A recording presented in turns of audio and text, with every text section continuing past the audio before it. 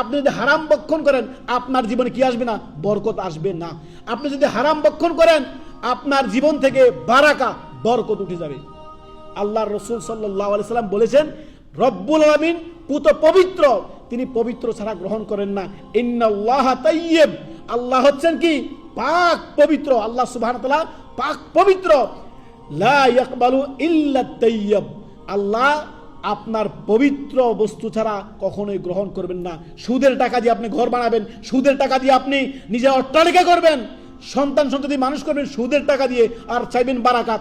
জীবনে আপনার সমাজে, আপনার পরিবারে, আপনার ঘরে, আপনার এই বিল্ডিংয়ে, আপনার এই ধন সম্পদে কখনোই বরকত আসবেন না, আর সেগুলো আল্লাহ কবুলও করবেন না। অতএব তওবা দরকার।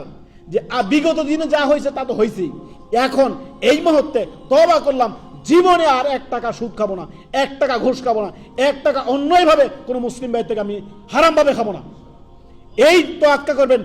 দরকার প্রয়োজনে ভিক্ষা করে খাবেন।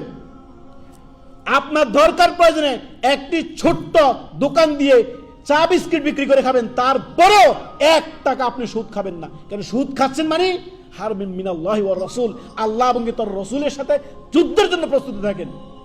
আল্লাহ তাআলা বলেছেন, ইয়া আইয়ুহাল্লাযীনা আমানু লা তাকুলুর রিবা, সুদ খায়ও না হে ইমানদারগণ, আদাফান মুদাফাতান, চক্রবৃদ্ধি হারে সুদ খায়ও না।